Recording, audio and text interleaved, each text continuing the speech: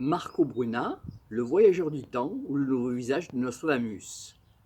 2005, prix international médaille d'or, Paris, ville de Lutèce, grand concours Lutèce. marco.bruna@wanadoo.fr. Trophée de la ville de Salon-de-Provence 2006, maître Reiki 2005.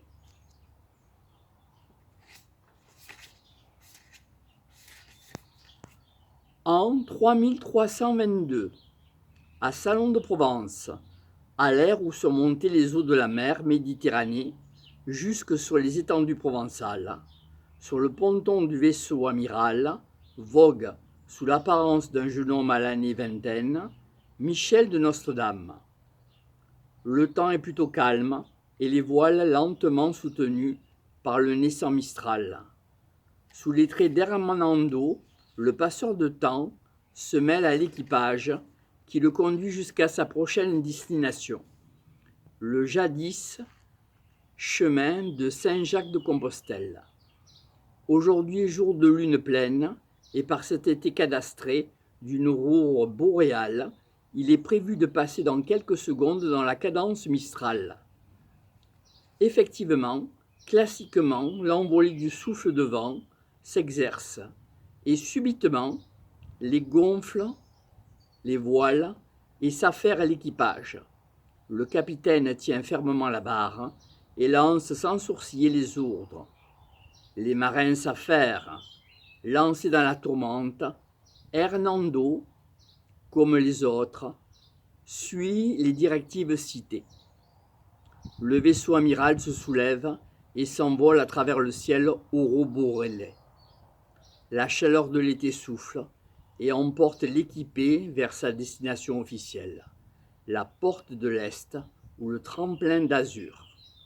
Surgit par-delà l'horizon, bleuté et écumant de la mer, se meut un dragon de mer. Crachotant le feu et sifflant en direction du vaisseau, sa présence chaotique fait prendre au capitaine une poussée de gemmes synthétiques pour amadouer l'animal. Léger de la précieuse denrée poudrée, inhalée par le dragon, dilate ses narines, dont l'air ambiant tamise son processus de docilité. Les marins habitués à la manœuvre reprennent le cap vers la porte de l'Est. Hernando se laisse guider par son capitaine. Il amarre les filins de tribord et suit les instructions du navigateur opérant. Déjà l'aurore boréale se fait plus intense et la chaleur plus sèche.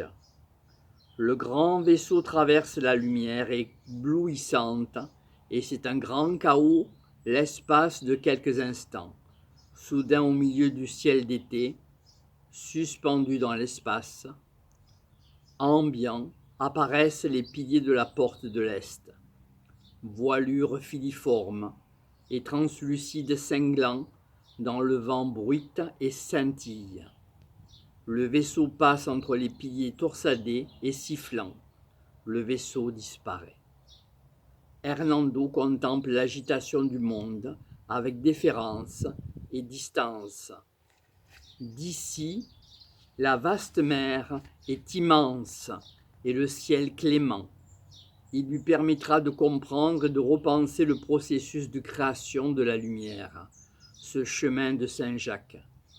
À sa dernière tentative, pour rejoindre celui-ci, un contretemps a interrompu une faille temporelle et l'a conduit à s'engager dans le vaisseau amiral. Aux yeux de Michel, la transformation de l'énergie pourra le guider à incarner ses rêves. Si toutefois il trouve le moyen de maîtriser ses aboutissements, ainsi que les moyens utilisables par ses capacités mentalo-cosmiques de divergence spatiale et temporelle. Depuis son tremplin d'azur, les relais s'affairent et tandis que faiblissent, comme le pronostiquaient les tables boréales, les chatoyantes ondes du Mistral. Il est là, le vaisseau boréal, prêt pour l'échange énergétique avec le vaisseau amiral. Simplement et calmement, le capitaine arque la manœuvre, tandis que les marins commencent à donner du mou aux voiles. En face, l'équipe de transition s'apprête à recevoir dans un élan de compassion l'énergie attendue. Le transfert commence par l'aspiration du produit grâce aux vannes polyprospectives déroulées pour l'occasion. Sous l'effet de rétrocommunication, le vaisseau amiral freine son élan et déjà les voiles du vaisseau boréal laissent s'engouffrer le souffle naissant de l'Alizé d'azur. Le cliquetis de la poussière azurée bruine et sifflote bientôt dans les voiles translucides. L'opération fut brève et déjà ça quitte les vannes polyperspectives. Un éclair est transparent et bruyamment la sourde détonation du mur du son. Les marins tombent sous le ponton avec leur capitaine. Hernando profite de l'occasion pour monter dans le canot de survivance. Il disparaît, déjà le vaisseau boréal. Nul ne s'est douté du changement de cap du canot, qui se dévide doucement vers le chemin de Saint-Jacques. Par l'enveloppe charnelle, Michel de Notre-Dame capte les radiations solaires bifluorées du Mistral adjoint. Il dirige le canot vers ces radiations phoniques et sans siciller et s'allonge et s'endort dans un cercle calmé. En 4432, par isométrie 8, séquence 201, Yolande défroisse le linge. Le fer structuré glisse sur le printemps de son corsage. Dehors, l'hiver rage. En attendant la clémence des jours sous les plis s'attache. Depuis 3 jours, qui déjà se passent, longs et capricieux, comme le long cours qui a cédé ses amarres, 3 nuits durant, son retour, elle défroisse. Le vert corsage prend planto sa place. Michel de Notre-Dame passe et repasse, dans le temps de l'infini présage. La paupière se relâche et l'iris se détache. Attendre son retour. Elle défroisse les images du futur printemps en place. La matière affaiblit et l'esprit fait place. Dans les prairies verdoyantes du retour, le cavalier de l'amour prend face. En demi-léthargie, l'hiver se glace et prend la teinte du miroir glace. Yolande voudrait le retour.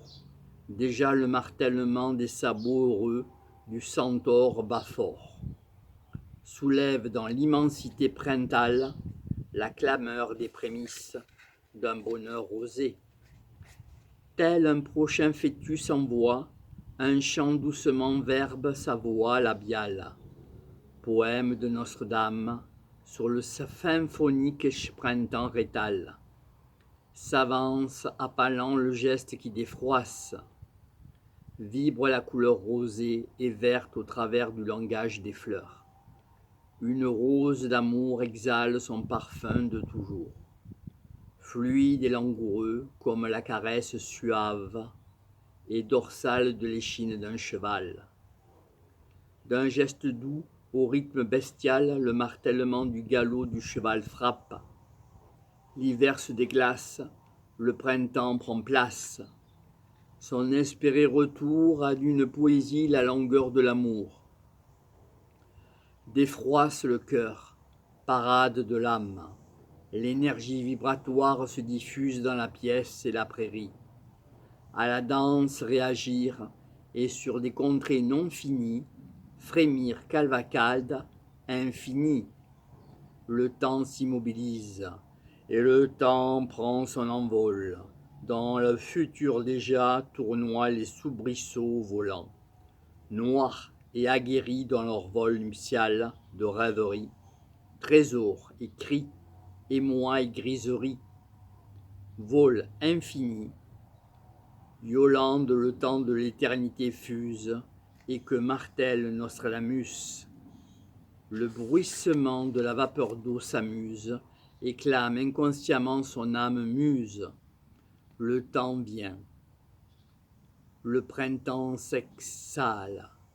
Et c'est comme si Yolande dansait une ronde clé de saule dans la prairie des ondes. Comme telle, elle défroisse son corsetage. Promesse du futur que l'homme froisse, fragile corset de femme qui se délasse. Est-ce le temps passe ou de courir s'abstient-il? Néanmoins la vapeur d'eau s'efface et à nouveau l'hiver se glace. Le temps prend sa place, la rose s'efface. En 3322, à Salon de Provence, à l'ère où sont montées les eaux de la mer Méditerranée, jusque sur les étendues provençales, sur le ponton du vaisseau amiral, vogue, sous l'apparence d'un jeune homme à l'année vingtaine, Michel de Notre-Dame. Marco Bruna, à Salon de Provence, 13 300, cité de Nostradamus, d'Adam de Craponne et de la PAF, la patrouille aérienne française, trophée de la ville de Salon de Provence 2006, Maître Reiki 2005. Bonne lecture.